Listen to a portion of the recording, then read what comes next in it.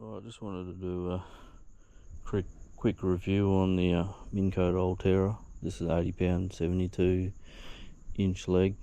All in all, it just failed on me just after warranty. Had a few issues with it getting stuck.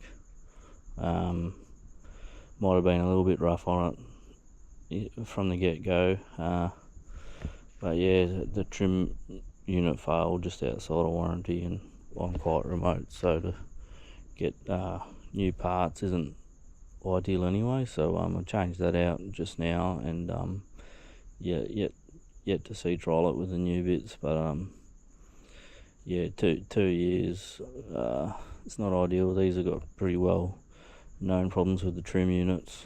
There is ways to fix it. I've done videos on that. But yeah, you've got to baby them a little bit. Hope that the new model is worth the money and they have fixed those problems. But yeah, I'll try and get a few more years out of this guy before I decide to change it out.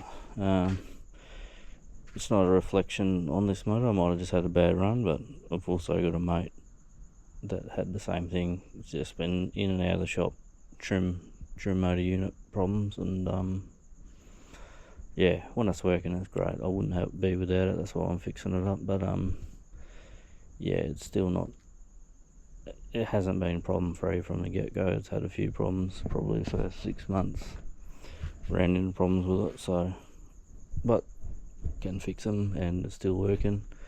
There is parts, a little bit limited in Australia, but been able to import them from overseas. But the hard bit is trying to get bits and pieces individually, where at the moment you're having to buy whole units rather than that piece that's broken. So that's the thing you gotta put up with. But yeah, it has been a good little unit, but wasn't expecting to spend I think it was about 500 US or 800 Australian on it after just run out of warranty. But